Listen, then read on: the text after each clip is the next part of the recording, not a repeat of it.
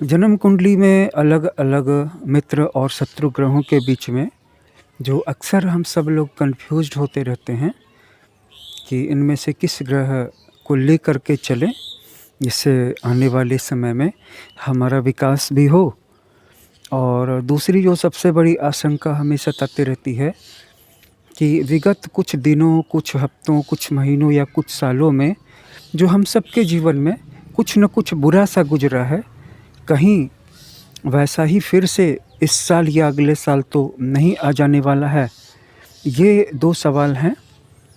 तो कुंडली में किस ग्रह को लेके चलें कि आगे चल कर के हमारा ग्रोथ भी हो जाए और हमारी सुरक्षा भी हो जाए। तो आज इसी सवाल के दोनों पहलुओं पे हम चर्चा करेंगे। यही आज के वीडियो का विषय होने वाला है। मैं पहले भी बता चुका हूँ कि आपको बस 2 चीज़ों का ध्यान रखना है। पहली चीज़ है लग्नेश का और दूसरा लग्न में बैठे हुए ग्रह का।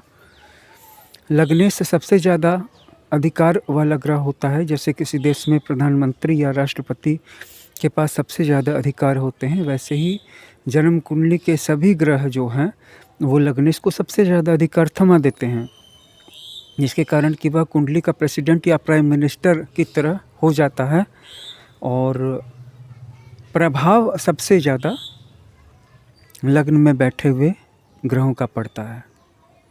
नंबर 2 पे लग्नेश का है और नंबर 3 पे दशम स्थान या दशमेश जो भी बलवान हो। तो हमने देखा कि निष्कर्ष ये निकल रहा है कि लग्न में बैठे हुए ग्रह ही सबसे ज़्यादा प्रभावित करते हैं व्यक्ति के भाग्य को। तो आने वाले भविष्य में आपकी ग्रोथ ठीक होती रहे, इसका मतलब है कि आपकी इनकम का लेवल अच्छा बना रहे, तो ऐसी स्थिति में आप या कोई भी व्यक्ति उस जगह पे अपने आप को ज़्यादा सेफ महसूस करेगा, क्योंकि जिसके पास इनकम की लेवल अच्छी है उसको परिवार और रिलेशनशिप में भी ज़्यादा सेफ्टी महसूस होगी।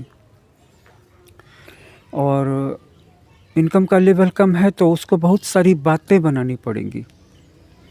अर्थात जैसे किसी शो से 5,000 लेने हैं तो वो 10 दिन पहले से ही सोचना शुरू कर देगा कि अब इस व्यक्ति से किन शब्दों में बोला जाए, अब क्या बोला जाए जिससे कि इस व्यक्ति को बुरा ना लगे या कम से कम बुरा लगे, कैजुअली बोला जाए या सीरियसली बोला जाए। तो ये हालत हो जाती है सिर्फ एक चीज़ के कम होने से, इनकम की लेवल कम होने से। तो सबसे पहले हम ये देखें कि हमारा लग्नेश साथ देगा तो फिर हम जिस भी भाव को बूस्ट करेंगे, जैसे इनकम के भाव को बूस्ट करेंगे, इनकम के ग्रह को बूस्ट करेंगे, तो लग्नेश साथ देगा तो ये चीज़ आसानी से होगी। इसलिए लग्नेश को अगर आप ठीक कर लेते हैं और बाकी ग्रहों की रिमेडी न भी तुरंत कर पाते हैं तो भी तब आप जो भी कर्म करते हैं, क्योंकि प्रयास के 2 छोर होते हैं, एक छोर होता है रिमेडी का और एक छोर होता है कर्म का। जैसे एक व्यक्ति नौकरी करने जाए ही नहीं और 300 तरह की रिमेडीज कर ले, और एक व्यक्ति सिर्फ नौकरी करे और कोई रिमेडी ना करे, तो जो व्यक्ति नौकरी भी करेगा या अपना व्यवसाय भी करेगा और इधर कुछ रेमेडीज भी करेगा तो वो ज़्यादा उसके लिए अच्छा होगा और वो ज़्यादा सफल होगा, ज़्यादा खुश रहेगा। लग्न में बैठा हुआ ग्रह या लग्नेश, इनकी रेमेडी आप कर लीजिए, या इनमें से किसका मंत्र जपना चाहिए। मंत्र जपने की प्रक्रिया क्या है? बीज मंत्र सही है, वैदिक मंत्र सही है, तांत्रिक मंत्र सही है, स्तोत्र सही है, इसका पता कर लीजिए।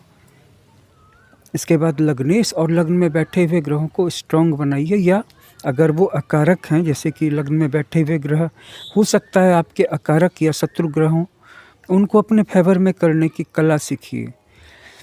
तो क्या होगा कि अब आप अपनी इनकम की लेवल को बढ़ाने के लिए, या अपनी रिलेशनशिप को बेहतर बनाने के लिए, या अपनी हेल्थ को अच्छा बनाने के लिए, या अपनी पढ़ाई लिखाई एजुकेशन स्टडी को बेहतर बनाने के लिए जो भी काम करेंगे वो कहीं आसानी से अनायास सफल हो जाएगा।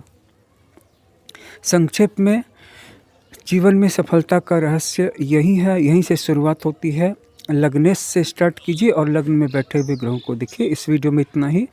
अगर आप अपनी पूरी जन्म कुंडली को अच्छे से समझना चाह रहे हैं कि आपकी जन्म कुंडली में बैठे हुए ग्रह आपके लिए क्या कर रहे हैं, अच्छे ग्रह, बुरे ग्रह, मित्र ग्रह, शत्रु ग्रह, तो इसके लिए आप हमसे भी अपनी कुंडली का परीक्षण करवा सकते हैं। इसके साथ-साथ यहाँ पे आपको एक अच्छी लिस्ट भी दी जाएगी जिसमें कि सभी ग्रहों की रेमेडी होगी। रेमेडी सारे ग्रहों की भी नहीं करनी है, सिर्फ़ उन ग्रहों की करनी है जो मैटर करते हैं, जो इम्पोर्टेंट हैं।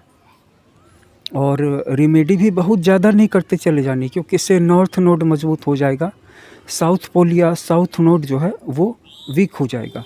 दोनों नोड्स को ओपन और वर्किंग कंडीशन में रखिए।